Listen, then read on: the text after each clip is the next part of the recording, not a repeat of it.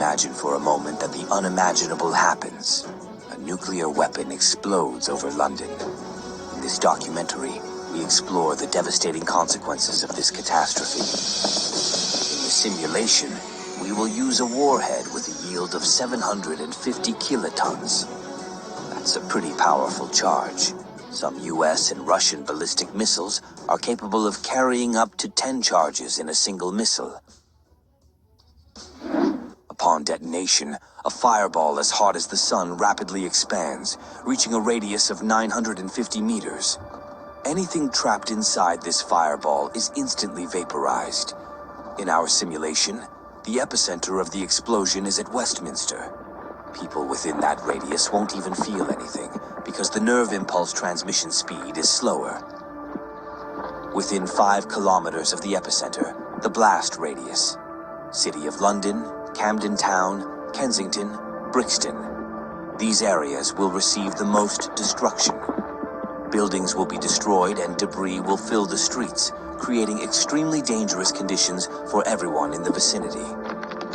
Given the population density in central London, the initial death toll could exceed 250,000 people and around 600,000 injured. Within a radius of 10 kilometers, the radiation will cause third-degree burns. Within that radius, anything that can burn will catch fire. Gas stations, automobiles, power substations, gas infrastructure. Explosive facilities will explode and amplify the effect of the devastation over a huge area, including areas from Camden to Greenwich and Islington to Wandsworth. According to various estimates, a further 450,000 people will die from burns, debris injuries, or radiation sickness, and over 1 million will be traumatized. Many of these injuries could prove fatal over the next days and weeks. Radiation sickness in particular will take lives days and weeks later. In time, about 100,000 more will be added to the death toll.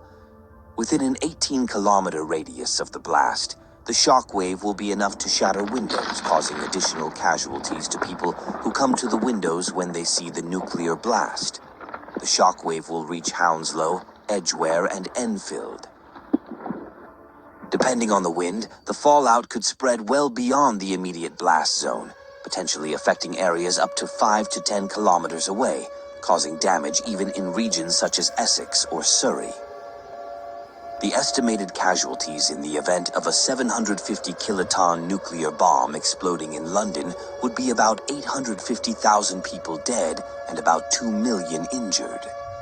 If the explosion were to occur on the ground rather than in the air, the fallout map would be greatly expanded, and the radioactive fallout could even reach Manchester, infecting people, land, and animals.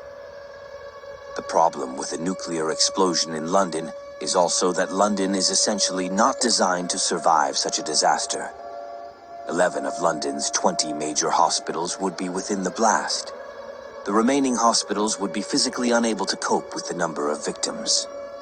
Many people are still alive under the rubble of the buildings, suffering burns, but no one will be able to help them. Since the creation of nuclear weapons less than 100 years ago, there have been more than 20 incidents where a nuclear-armed country was one step away from a nuclear catastrophe. You can easily find these statistics on Wikipedia. I will attach a link to this article in the description of the video. I want to call everyone to action. Nuclear weapons are a real threat to our future. Give this video a like and share it so that as many people as possible can learn about its consequences. Together, we can make a difference in the world and prevent a nuclear catastrophe.